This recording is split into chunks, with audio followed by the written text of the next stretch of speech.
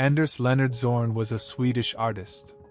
He attained international success as a painter, sculptor, and etching artist. Among Zorn's portrait subjects include King Oscar II of Sweden and 3 American presidents, Grover Cleveland, William H. Taft, and Theodore Roosevelt. At the end of his life, he established the Swedish Literary Bellman Prize in 1920. Biography. Zorn was born and raised on his grandparents' farm in Yvraden, a hamlet near the village of Utmeland in the parish of Mora, Dalarna. He studied until the age of 12 in the school at Mora Strand before progressing in the autumn of 1872 to a secondary grammar school in Enköping. From 1875 to 1880, Zorn studied at the Royal Swedish Academy of Arts in Stockholm, where he amazed his teachers with his talent. Members of the Stockholm Society approached him with commissions.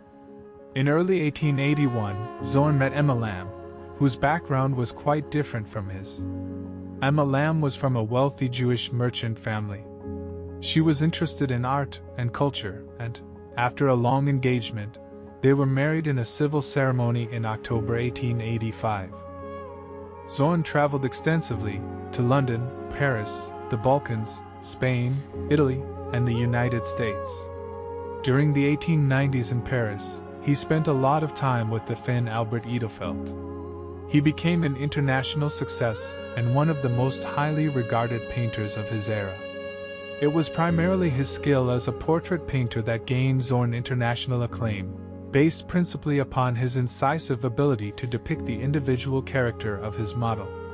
His subjects included 3 American presidents, Grover Cleveland, William H. Taft, and Theodore Roosevelt. At the age of 29, he was made a Chevalier de la Légion d'honneur at the Exposition Universelle 1889 Paris World Fair. Collection. Zorn's art made him wealthy, and he was thus able to build up a considerable collection of art. The objects were not only bought in his native country but also during the many travels he made abroad. In their joint will, Anders and Emma Zorn donated their entire holdings to the Swedish state. Some of his most important works can be seen at the National Museum of Fine Arts in Stockholm. Among them is Midsummer Dance, a depiction of dancers in the evening light of a rural Midsummer's Eve celebration. Other museums holding major works by Zorn include the Musée d'Orsay in Paris, the Metropolitan Museum of Art in New York, and the Museum of Fine Arts, Boston. The Zorn collections located in Mora and Garberg, Alvdalen, consist of 4 museums dedicated to the life and works of Anders Zorn. The main museum Zornmuseet was designed by Ragnar Osberg and opened in 1939. Shown there are extensive works of Zorn and his collected art by Rembrandt Harmensch van Rijn, the Hovingham Master, Bruna Liljevoors, Albert Edelfelt, and Per Hillestrom. The Bellman Prize is a literature prize for an outstanding Swedish poet, every year awarded by the Swedish Academy. The prize was established by Anders Zorn and his wife Emma in 1920. Zorngården. In 1886, Anders Zorn and his wife, Emma, bought land close to Mora Church, and here they moved to a cottage from his maternal grandfather's farm. When Anders and Emma Zorn decided to return to Sweden after several years abroad, they began to enlarge the cottage. Zorngården, the Zorn combined smallholding, farmstead, and residence, was completed in 1910.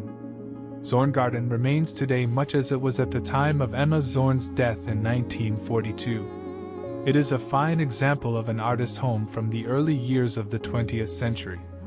With inspiration from English and Swedish architecture, it is today an excellent example of the architectural freedom that characterizes the years around 1900.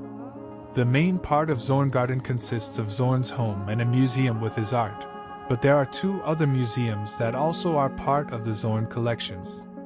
Gammelgarden is in the southern part of Mora and consists of some 40 timber houses that Zorn bought to make sure that the old art of building such houses would not be forgotten. Gapsmer, Zorn's refuge when under stress, is in the municipality of Alvdalen and is only open for visitors in July.